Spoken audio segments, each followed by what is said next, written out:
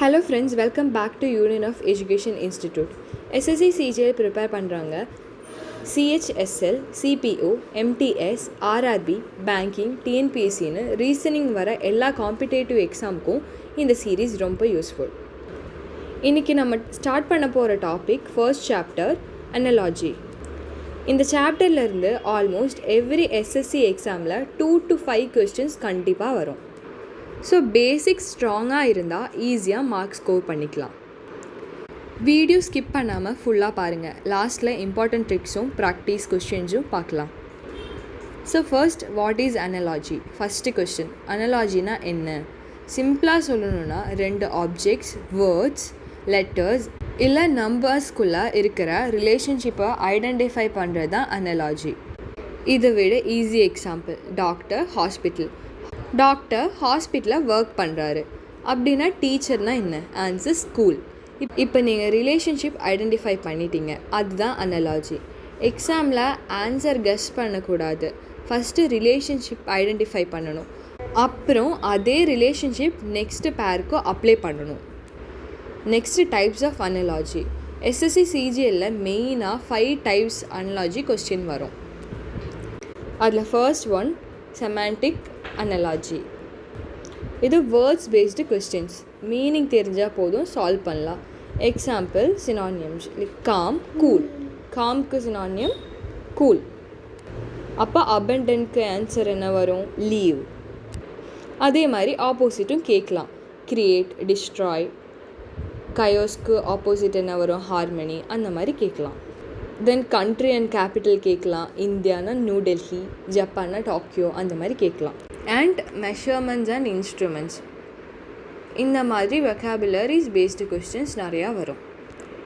இதுலேயே second type letter analogy. இந்த டைப்பில் ஆல்ஃபபெட்ஸ் யூஸ் பண்ணுவாங்க. ஆல்ஃபபெட் பொசிஷன் ரொம்ப முக்கியம்.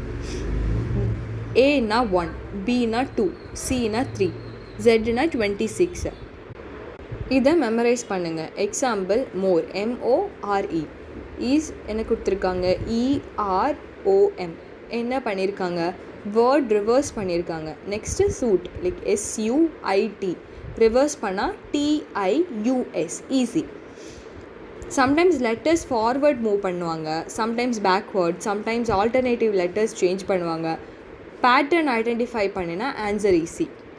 அனலாஜிலேயே தேர்ட் டைப் நம்பர் அனலாஜி. இது numbers based, addition, subtraction, multiplication, division, square, cube இதெல்லாம் யூஸ் பண்ணுவாங்க. எக்ஸாம்பிள் 7:45. 5 என்னன்னு கேட்டிருக்காங்க, அப்சர்வ் பண்ணுங்கள்.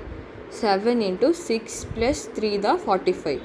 சேம் ஃபார்முலா அப்ளை பண்ணுங்கள். அப்போ 5 × 6 + 3 = 33. So correct answer 33. Always first ரிலேஷன்ஷிப்பை ஃபைண்ட் பண்ணணும், டைரெக்டாக ஆன்சர் பார்க்க போகாதீங்க. இல்லை ஃபோர்த் டைப் மிக்ஸ்டு அனலாஜி. லெட்டர்ஸும் நம்பர்ஸும் மிக்ஸாக இருக்கும். Example news, NEWS. என்னுக்கு 14 கொடுத்துருக்காங்க, Eனா 5, Wனா 23, Sனா 19.